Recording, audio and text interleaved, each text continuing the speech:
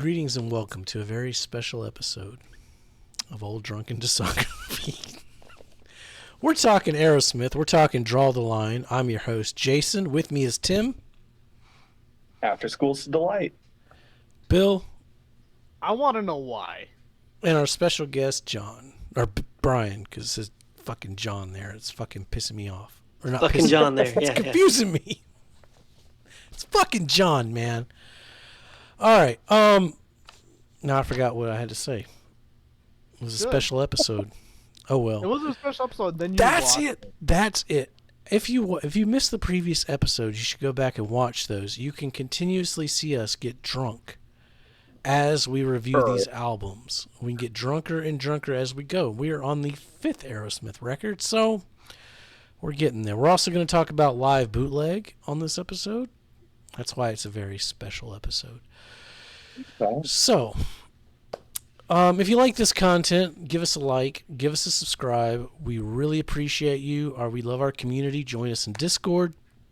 If you need help knowing how to subscribe to a YouTube channel, if you're an old boomer like John over there, we can give you some instructions on how to do it.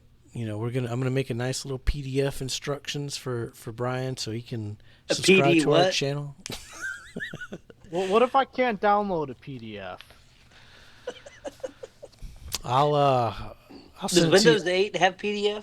I'll send it to you on Facebook because all you boomers use Facebook. Is that MySpace compatible? Can't you just forward me the email? Can you just send me the memorandum? I will do all of that and more if you give us a subscribe. More? And more. I'm willing to do. He's gonna do more than that. I'll do anything for subscriptions. Ooh, you heard it here first. MTV So News. did we. All right, so we're talking draw. We're talking draw the line. Who hasn't gone first? We've all gone first. We're back to the first, so it's Tim's turn to go first. For Draw the Line. Okay. So. Okay. So yeah, like in their personal lives, they're all kind of messes at this point, and serious heroin addicts, and like Draw the Line, the title song, that's pretty good. And then like Critical Mass was okay. Get It Up, not so much. Bright Light Fright, that was okay. I did like Kings and Queens. I thought Kings and Queens was probably the highlight of the album. And Sight for Sore Eyes was pretty good.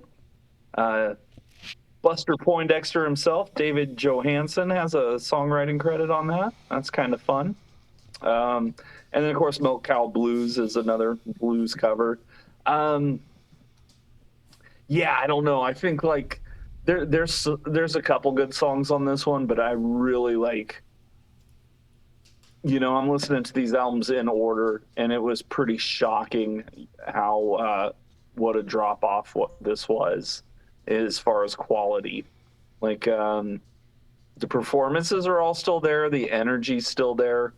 It's just the songs. The songs aren't there on this one.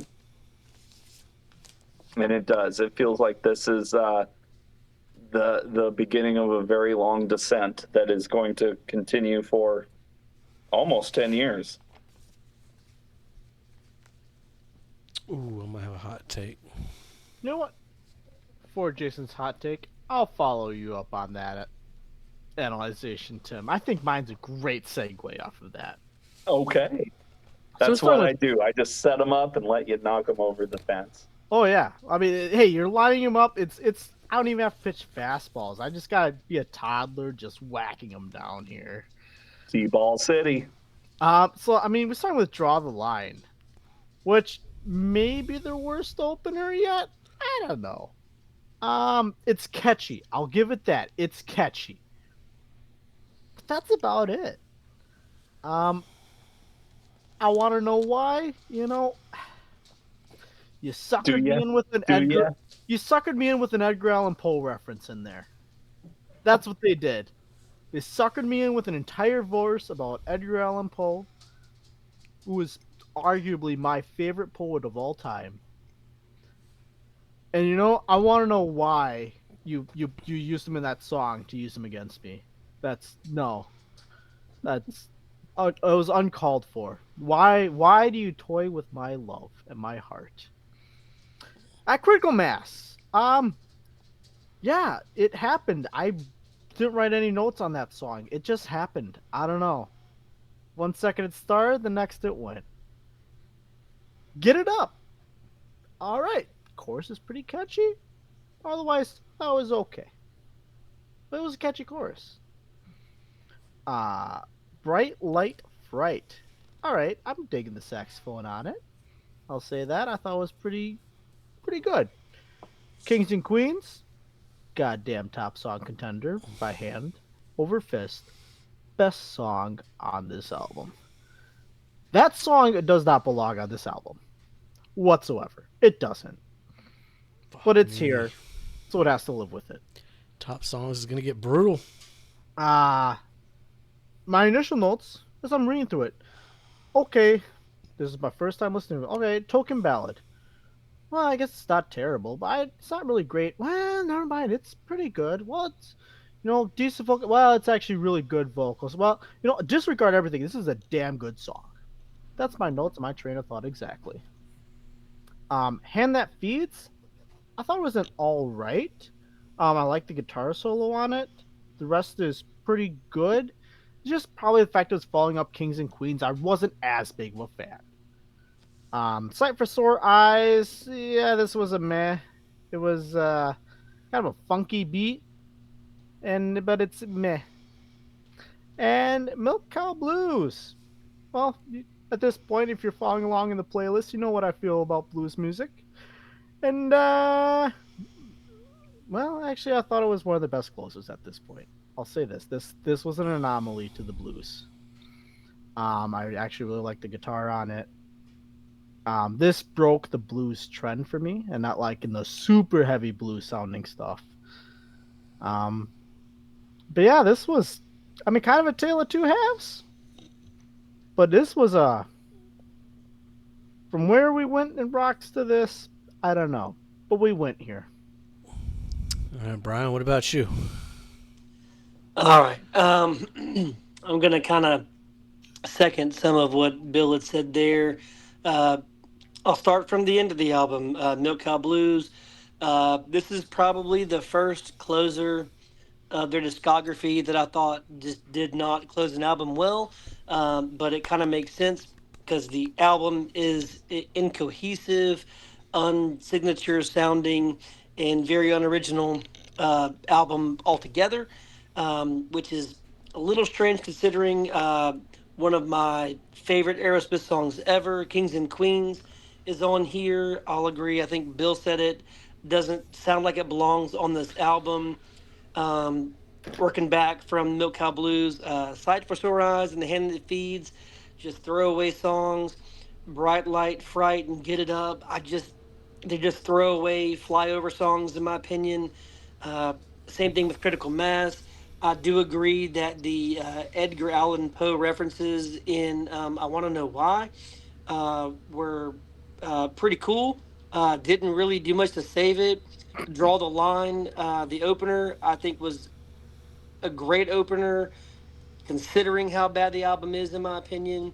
Um, I feel like Draw the Line and Kings and Queens were the only real Aerosmith songs on this album. It just sounded like incoherent, it's non-cohesive. It just didn't really sound like a lot of effort was put into it. All the style points that they earned from Toys in the Attic and Rocks did not show themselves and Draw the Line. Uh, it looks like it was the same year as Rocks in recording, but released the year following. So I can't help but wonder if a lot of the personal problems they were having and commercial issues, maybe it was some pressure just to get something out and to kind of keep on the radio. And regardless of what it was, did not end up being a good showing by the band. probably, with the exception of the opener and Kings and Queens, my least favorite album in the discog so far. I mean, correct me if I'm wrong, but I'm just thinking about this. I mean, they've released an album, I double checked, every year since their debut album. I'm almost wondering if they didn't rush the shit out of this album. Well, that's how the business was in the 70s too. Yeah, that's how it was in the 70s. I know that's. I mean, I get that's what was, and some bands actually did pretty all right with doing one album 1 year to the next. Like, Sure, but they were all being rushed. yeah, So, like, maybe the energy and the motivation was there. I feel like they were being very honest on the debut album, Get Your Wings, Toys in the Attic. They got, more brave and kind of personality emerges. They went a little bit heavier with rocks and really showcased what they can do. And I'm kind of wondering if maybe they were ready for, a year off, a gap year or something, and they weren't able to take it because their heart's not in it. With the exception of the two favorites I mentioned, Draw the Line and Kings and Queens, I think I Want to Know Why was the only other song that had good lyrics, like thought out lyrics. Um, the rest of it, I mean, it just sounds like they just weren't there. Like they weren't present, either physically, some of them, or at least emotionally, some of them. Yeah. I mean, that's everything you guys said is basically where I'm going to come from. I like the title track. I think it's a damn good opening. I Want to Know Why. The piano background's great. It's kind of like old school classic Aerosmith. No issues. Critical Mass, not a fan of. It's fine. It's just nothing too special. I don't like the celebrate vocal delivery. It's got some classic Perry riffs on it, though. But yeah. Get It Up. Got a little cowbell in there as well. A lot of fun wordplay with the lyrics. Take me on your rocking whores. I'm just your slave, your master's bait. Fun little ditty. Bright Light Fright does some cool left to right, like channel paneling there. Probably my favorite Joe Perry sung song from Aerosmith, anyway. Kings and Queens, top song contender, and the best song on the album. I wish they would have done more like it. They nail that medieval atmosphere. The breakdown is cool as hell. Joey's kicking ass. The Hand That Feeds, this is where you feel the band, like you can physically hear them falling apart. They're not tight. The songwriting is sloppier. The singing is sloppier. It's still a good song. It's just not up to their standard. The bass tone's great. You can hear old Tom plucking those strings. Sight for Sore Eyes, kind of the same notes. The bass is king on this one. I do think Hand That Feeds is at least more interesting. The 4 on the floor beat through the whole song gets really fucking old. I think Bill kind of mentioned that. Milk Cow Blues, you end the album with a cover. Overall, pretty disappointing, especially coming after Toys and Rocks. I don't think it's as bad as a lot of the fans make it out to be, but like there's some good stuff here and there. It's just not. It's not a perfect album. There's flaws here. There's cracks in the foundation here.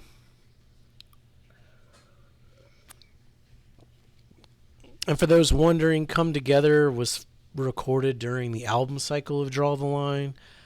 I think it's a notable release. It's worth mentioning. I think it's a. Have you seen the Sgt. Pepper's Lonely Hearts Club Band movie? Oh yeah, I know it's that. Pretty bad. It is. But they do a good cover. I mean, they do a decent cover. They do a good cover of it. Yeah. They do a worse Beatles cover on a later album, but I kind of can help but wonder, like, maybe the timing was off, but man, if Come Together was on this album, it would have been at least beneficial to the outcome here. They'll draw the line. Yeah, it would have saved the album at least. Yeah, it would have put it above that halfway mark at least.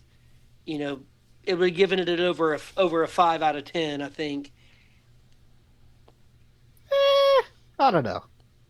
Yeah, see, I'm going back to the first album where like The first album's good, but Dream On makes it. But that's it. Like that's, I mean, I mean, let's say Jason. I'll divulge a little bit when we get to ranking it. I mean, when I was ranking these albums, I'll be honest, for both Draw the Line and the self-titled, I when I ranked them, like, you know what? I'm gonna take out Dream On and Kings and Queens respectively, and then look at the rest of the album because you almost have to, because those songs, they don't fit with the rest of the album. Like, it Right. doesn't make sense. You're right, and I'm glad to hear you compare Kings and Queens with Dream On. Kings and Queens to me, that's just a wonderfully written song. It has three solid acts in the song itself.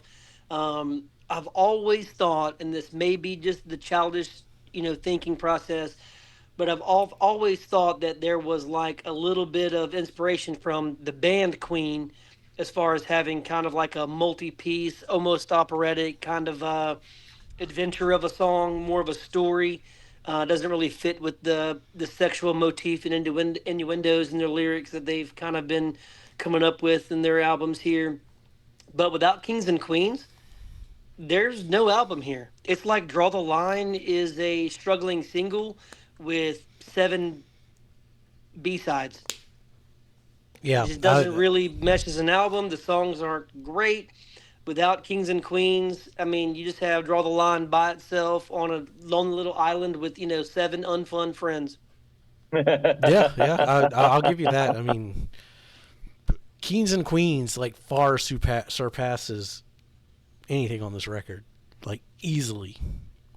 I was doing a little bit of, googling on this record because I was so confused about just how disjointed it was. I don't even like the order of the songs they put in here. Like I just didn't think it made a lot of sense after the opener. Kings and Queens would be a killer closer. That would have just been an amazing closer. And I'm a sucker for a good closer. And I know Bill doesn't like it, but I really like it when the closer is either an instrumental or it's like a story operatic, off the beaten path kind of song, or when they're sad and slow, right? Like something in the way on Nevermind by Nirvana. There's just something about the way a song closes an album as a good period, a good exclamation point, or whatever. Well, But here, using Nirvana as an example, sometimes having like a song that just kicks your fucking ass, like Aneurysm, makes for a yes, good closer too. it does. And if I'm not mistaken, Incesticide was like a collection of recordings during Yeah, the Nevermind era and some before. But the selection of the order of those songs for the album, which I believe Kurt Cobain had a very strong hand in, yeah, he did. and he kind of drew the ire of the executives or whatever because he insisted upon certain song ordering where a lot of bands were, minding the rules and not Yeah, he not structured it arguing as an about it. album.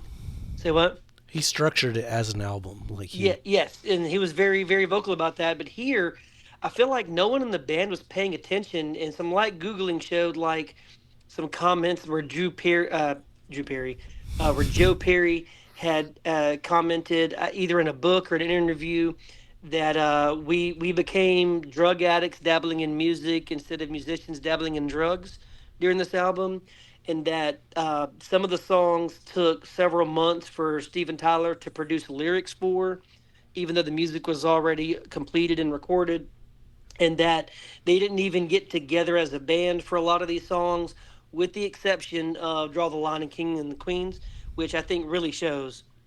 it does. It does. Yeah. So if they had a lot of other, and this is conjecture on my part, if they had a lot of studio musicians and a lot of assistants writing and just kind of trying to carry them over the finish line for an album here, it really shows in the songs, but it also kind of tips the hat toward how good Aerosmith can be when they're all really trying to make a record with the songs that they did fully participate in.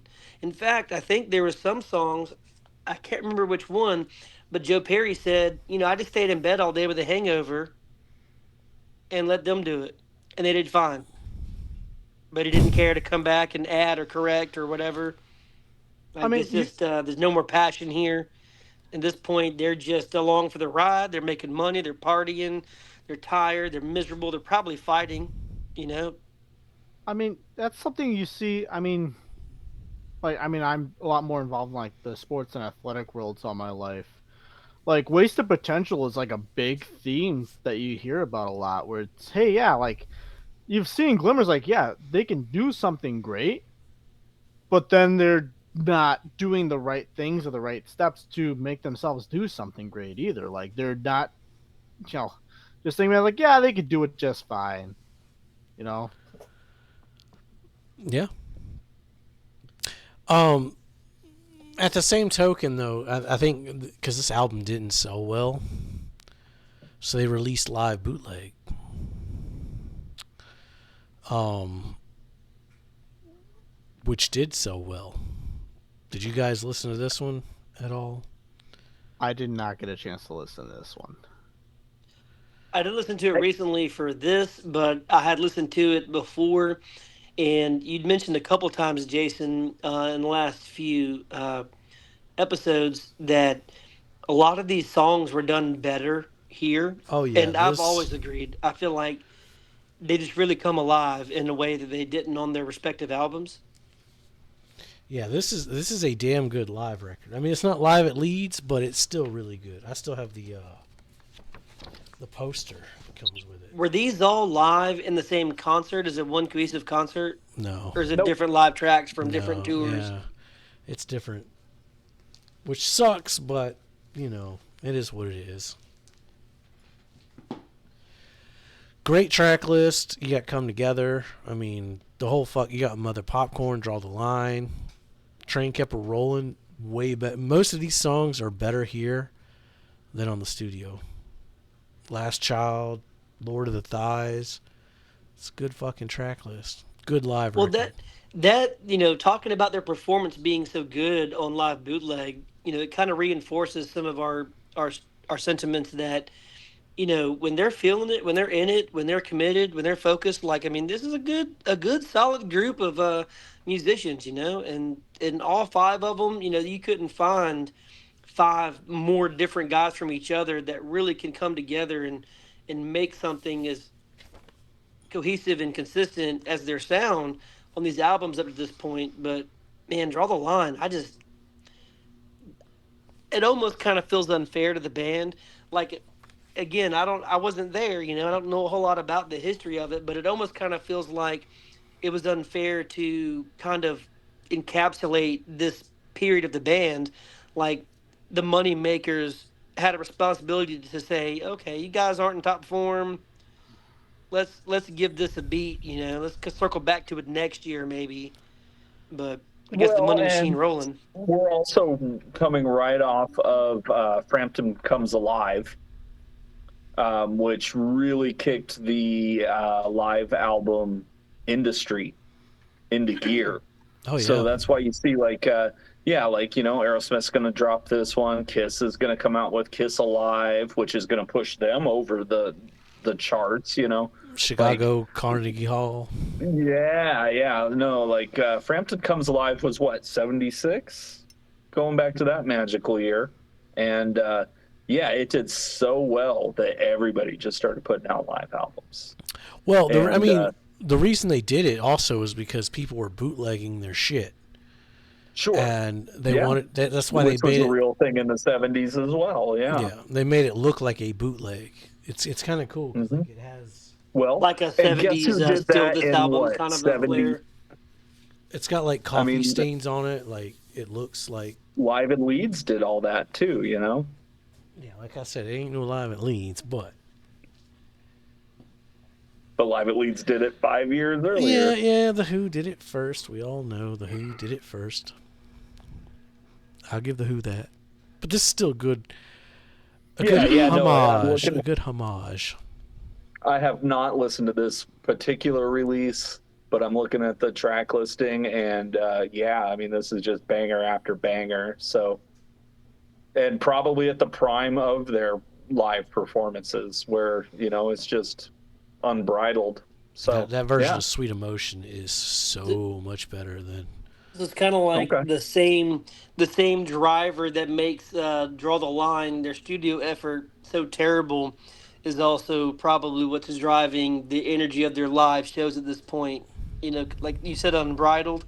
Like I watched these videos of Aerosmith back in the 70s, late 70s, early 80s. Just total mayhem, but they were still cooking. They were still playing the music and Sure. not, falling apart up there. So like they were in their element, doing Well, what they wanted to do. I think a lot of live bootleg was probably recorded before.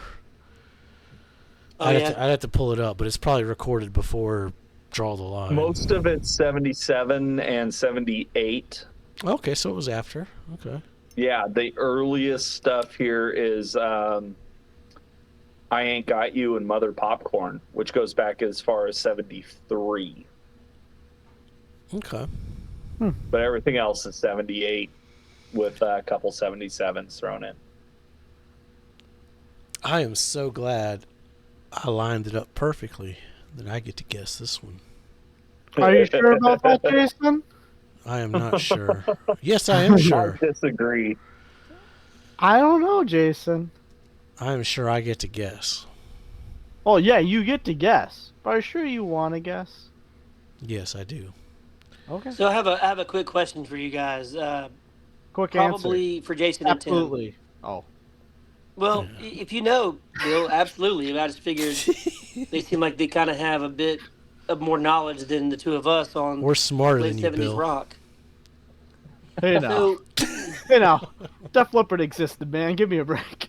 when I'm tooling around, looking at these releases, the live bootleg 2 LP, the vinyl copy of it. I don't know why it's called 2 LP. I guess it's like it's a double. Yeah, there's two. Vinyl. Yeah, there's two. There's records. 2 albums. And it references in the description for the final track of LP2 side 2, Train Kept a Rollin'. Yep. The track is listed as Train Kept a Rollin' / Strangers in the Night, and the description of this double LP is the album also features a version of Train Kept a Rollin', which inserts an uncredited Strangers in the Night. Yeah, So what is Strangers in the Night? it's a hidden track. The Frank Sinatra classic. Is it Frank Sinatra? I mean, he didn't write it, but he's one that made it famous. He's one Yeah. made it Okay, so famous. it's like an older song that's been played as a standard, so to speak, and they Yeah. played it. Yeah. Okay. It's a cover. Yep, that's it. And it's Yep. essentially like a hidden track on the vinyl. So is that version of it, is that available on like the regular release of the bootleg live? The Aerosmith live bootleg? Yeah, from what you just read, it sounds to me like it is on, like if you pulled up Train Kept a Rollin', It would it's play on through. that track Yeah. and not listed. But Okay. because people know it's there, it's now being listed. Okay, kind of like how old songs or old albums with hidden tracks on streaming platforms now are actually titled and as a different file. Yeah. Like the hidden track on Dookie now has a name and it's like its own track instead of.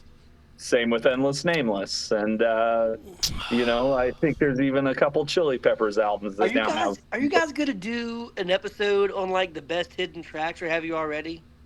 Ooh, we should. Man, That's a good idea. man, I can tell you Ow. what's not going on that list. Fucking no doubt. Damn right. Actually, I already know what my number 1 track is, so there's nothing to compare.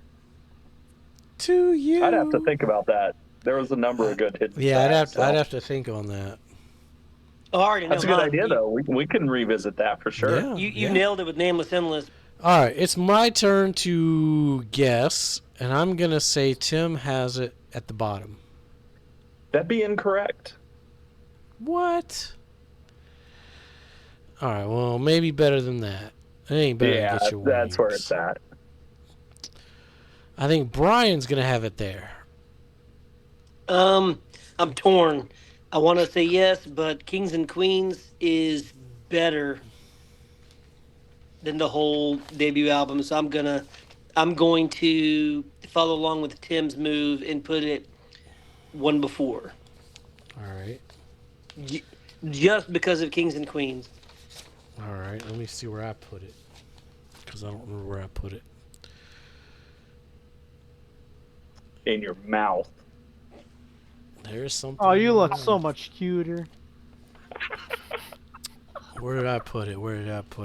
I've listened to a lot of Aerosmith since then. Okay. All right, I Look think. at this misogyny. Look at this misogyny. Every time I do it makes me see much of a dick I. All right. I think Bill. So It's remember, gonna have- I'm doing this. I'm saying Dream On and Kings and Queens don't exist for the ranking. Okay. Oh shit.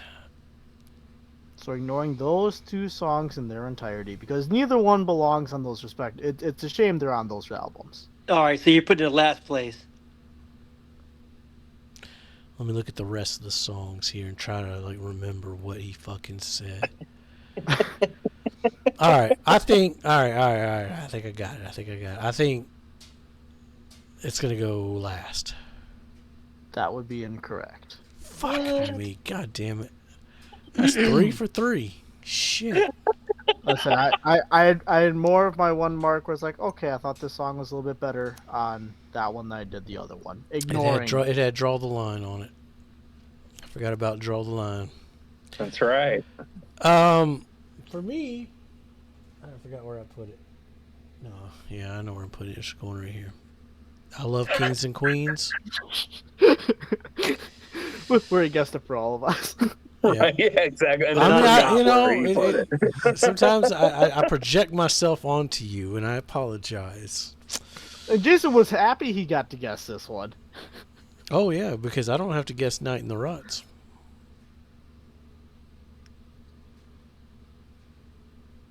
Okay. Stay tuned.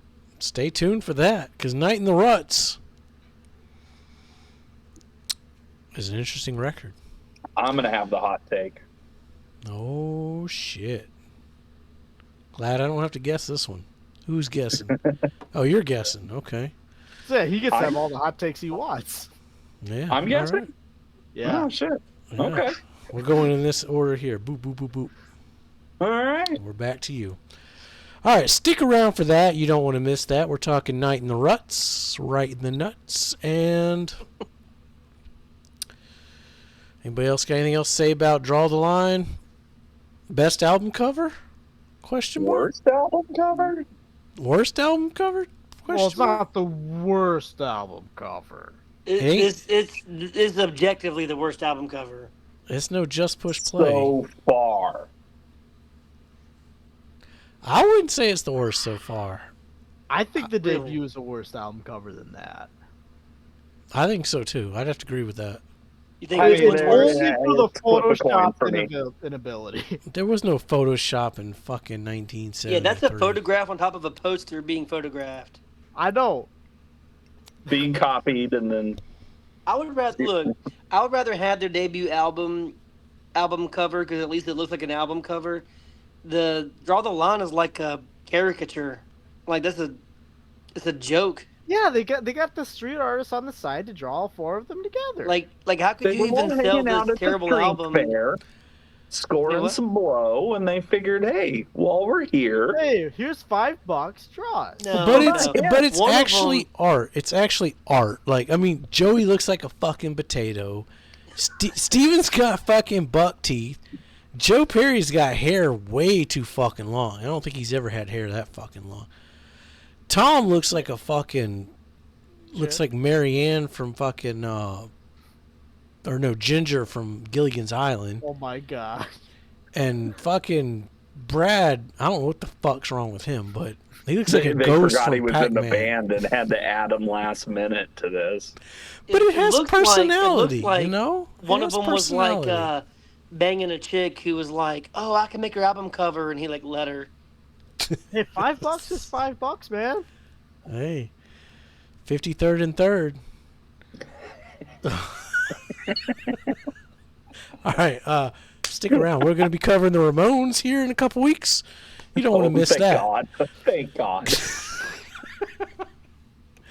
Like, subscribe. Night in the Ruts is next. Be safe. And what, Tim?